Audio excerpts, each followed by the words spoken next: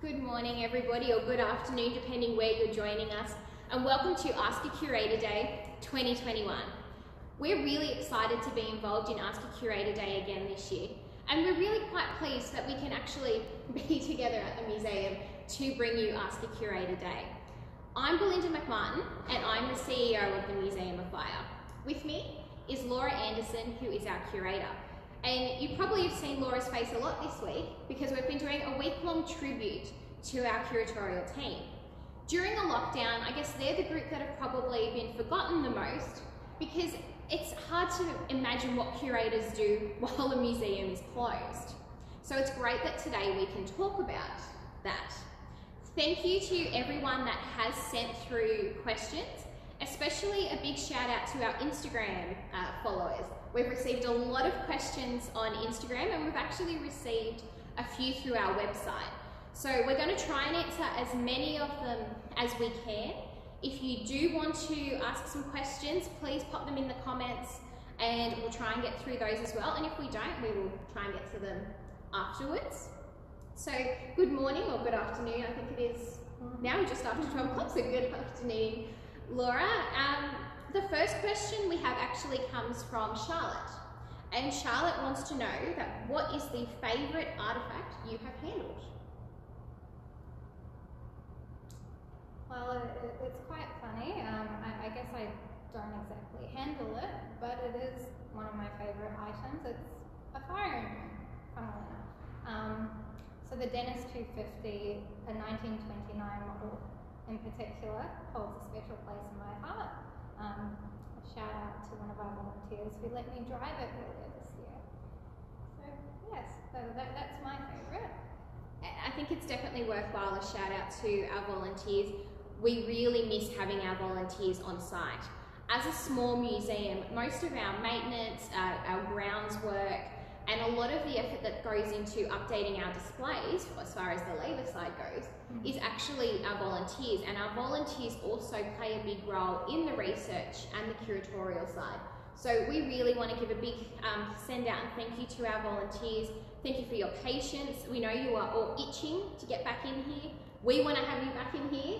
We miss you. We know that some of you will be watching, so hello to everyone. And if we do get a chance to do a walk around the museum in the coming weeks, you will see how many projects are waiting for you because we have sort of been ripping bits and pieces out of the museum left, right and centre. Absolutely. Okay, well I'll start with the next question, which comes from an unknown user. I was reading the blogs and saw the use of heritage team and curatorial team. What is the difference? That's a very good question. So the difference between heritage and curatorial, I guess we could talk about for quite a long time. And it's easy to see how the two come together. The reason at the museum here we have two separate teams is because it's a historic hangover from previous structures and roles. When I first came to the museum, I was employed here as the Senior Heritage and Research Officer. When I started here, we had a curator as well. So I took care of the heritage, which are things like the centenary books, the station openings, all of the, I guess, fire and rescue side. A lot of history is what the heritage side is. The curatorial side, which today we're doing Ask A Curator Day, is much more object-based. So the curator's job was to take care of the exhibitions, it was to take care of, obviously, the collection, so that's things like the fire engines and things like what Laura has in front of her today. So there was a distinction between what heritage did and what curatorial did. Over the last few years, we've had a bit of a change in structure and some roles haven't been filled yet.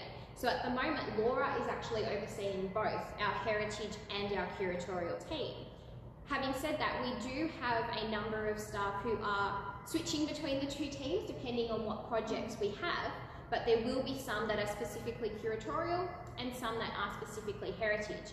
And that's why if you look at our blogs, we will have curatorial ones, which tend to be about the fire engines or objects. Yesterday we did a big feature on a number of the curatorial blogs from the last year, whereas the heritage blogs seem to be more about stories from the past. So things like major incidents or the brigade. Station history.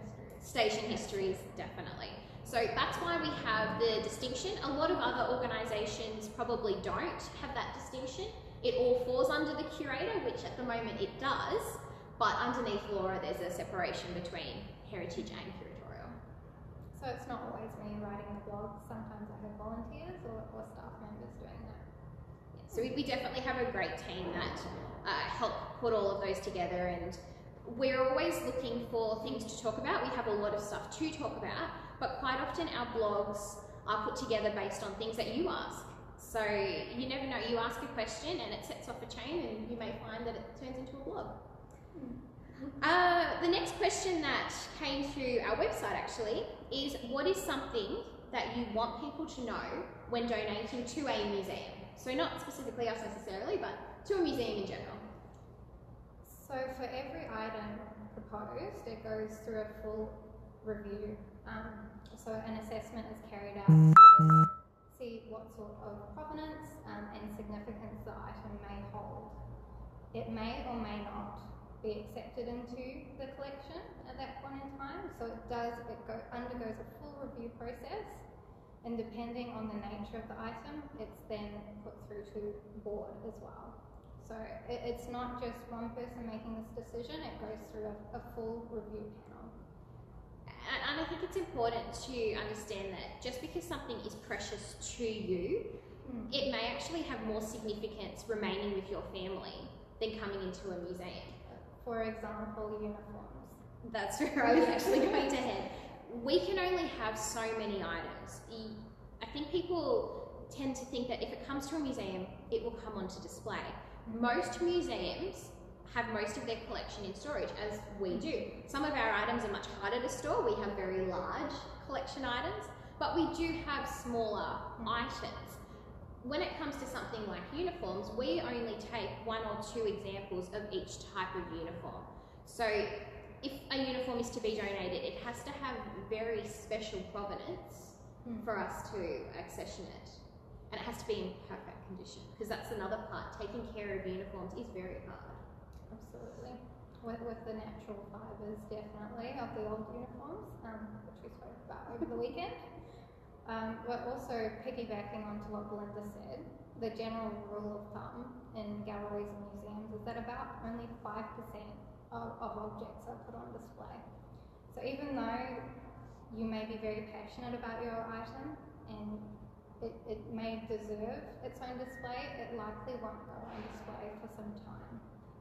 And that's an important part. A lot of displays are put in place, particularly in our museum where we don't have a lot of temporary display spaces. If an exhibition's put together, it's put together for a significant amount of time.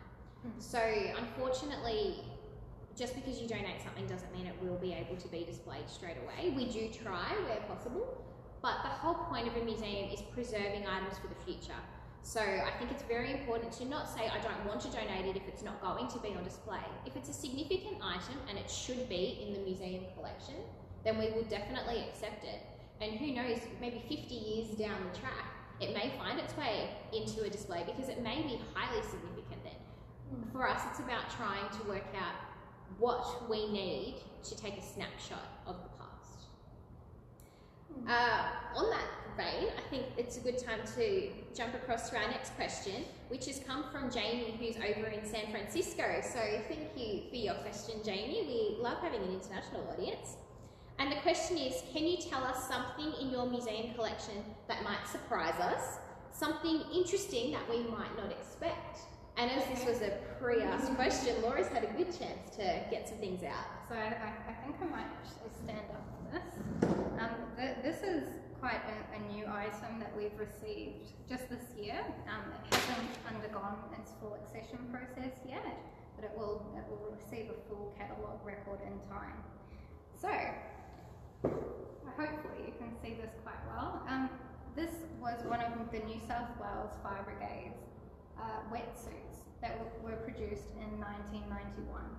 It was only a limited run, and I would say it's surprising just because fire-related items, you don't generally think of something going in the water, but they do. Belinda might want to talk to this more. I know that she's done a fair amount of heritage work. where there is definitely crossover, fire and water. Yes, so obviously Fire and Rescue New South Wales is more than just fire, hence why it is fire and rescue. So there is a lot of other elements to the job, and that may include maritime rescues. You think of somewhere down like Eden, for example, which is down on the New South Wales south coast, and it is rather remote, and it can come down to the fire brigade, who will have to assist in those sort of operations if it is something happening particularly quick and urgent. So the fact that these wetsuits were produced is not surprising.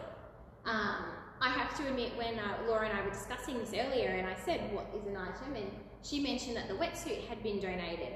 It straight away jumped at me as something that I thought unusual for our collection. So I hope others think that as well. And I know you have another item. Before we go to that though, we have a question from Cassandra. And I'm going to ask it in a few parts because she's got a detailed question here. So the question is about doorstop donations, and this is one we discuss quite a lot. So a doorstop donation is when someone turns up on the weekend with Granddad's uniform, for example, and decide that it has to be donated then and there. One of the problems with that is of a weekend at all museums, and I've worked across a number of museums where we've got this same issue, is it's your front of house staff that are here on a weekend. It is very unlikely that you will have a curator or someone from the collections management team on site on a weekend to assist with this sort of donation. So Cassandra has asked how it's reflected in the collection policy and how we manage unwanted donations. And I think this is what we touched on before. It is very hard, and what we really do hope is that if you are coming to the museum to donate something, you understand that if you insist on leaving it here, it may eventually find its way back to you. So just earlier this year, I created a procedure specifically for our front of house staff so that they could feel empowered to make decisions that are collection based.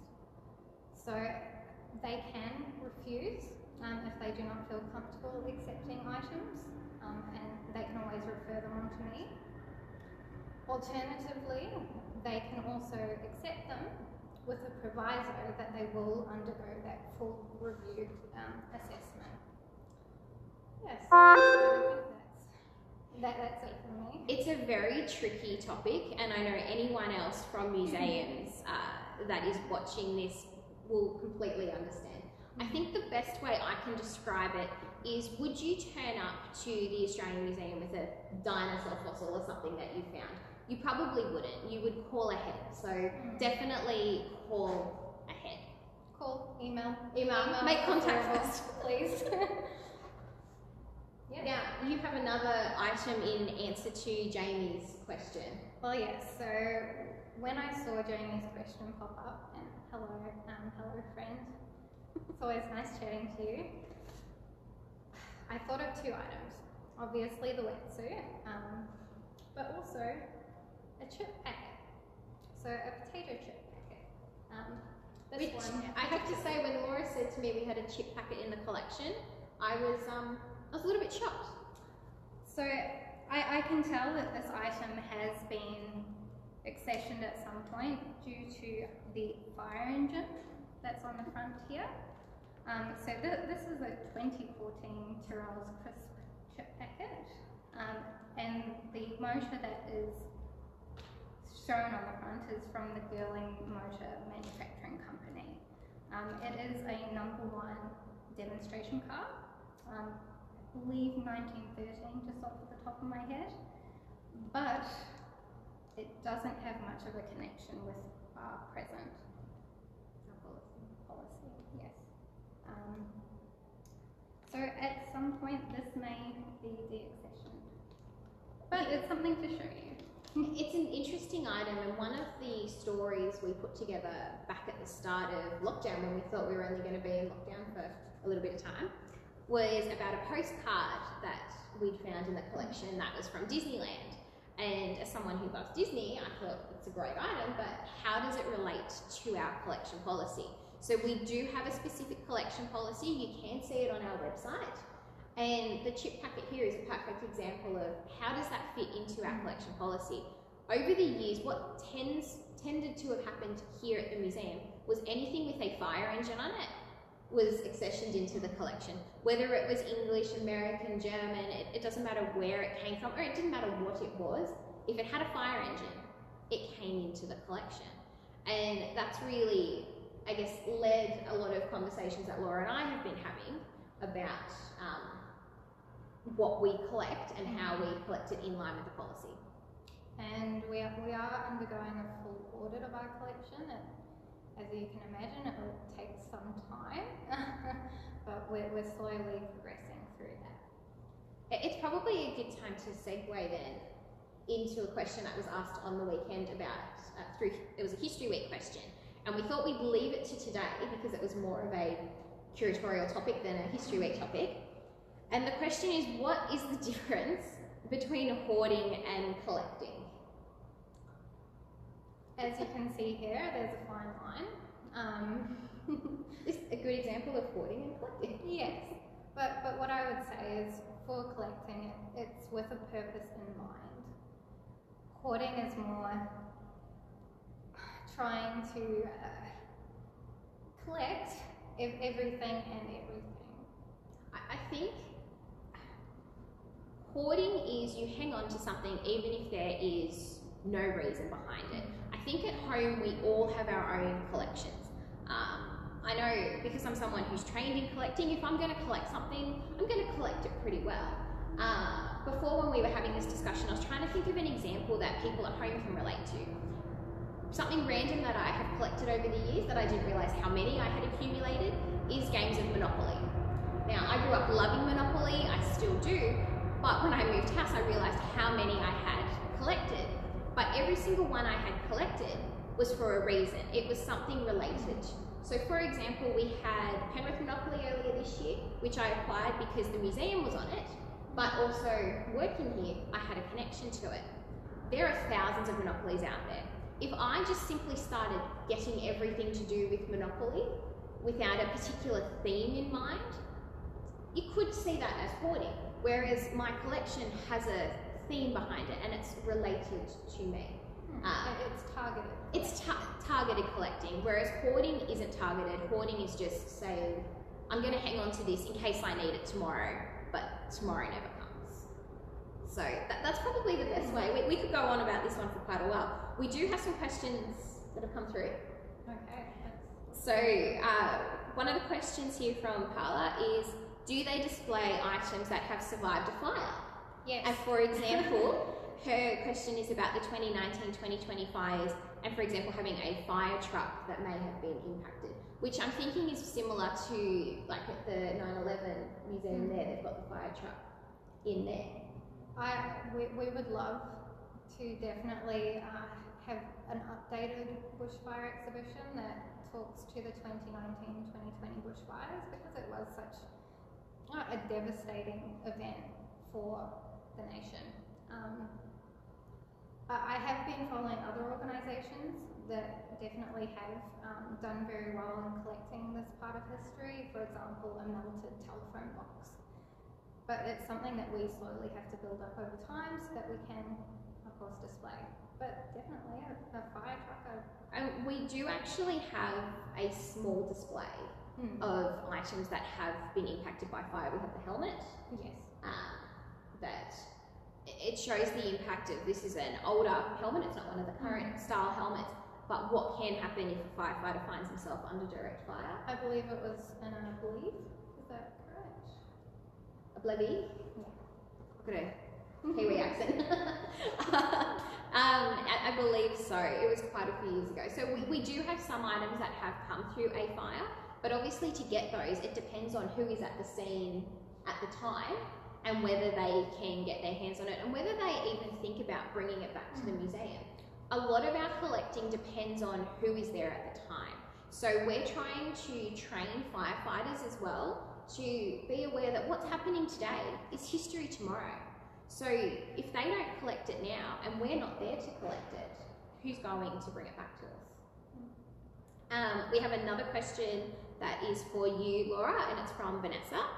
And it's, in your opinion, as the curator, Why do you think it is important to preserve objects of heritage significance? I love the stories that are attached to objects, especially family histories that sometimes can be uncovered. I would definitely like to have a display on personnel which highlights their role in the New South Wales Fire Brigades, now Fire and Rescue New South Wales, but also the impact that it had upon their family.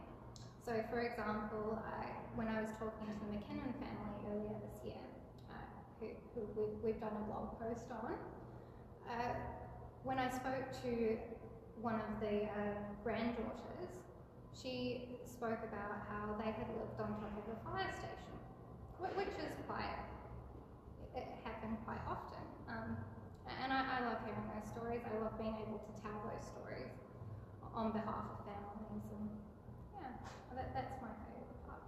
It definitely humanises it. Again, if we don't preserve it, who's going to? Absolutely. And the last thing that I've got on my note sheet here that's come through our website, we did receive a question from Deborah about a wool store fire. We weren't quite sure which wool store fire she was referring to, but this coming December, it's actually 100 years since 2 wool store fires that occurred in Sydney. So keep an eye out on our website and our social media, because that's where you're going to see some information about that coming up. I want to thank everybody today for joining us for this live stream. It's great that we're able to do this. We really enjoy being able to share this history with you.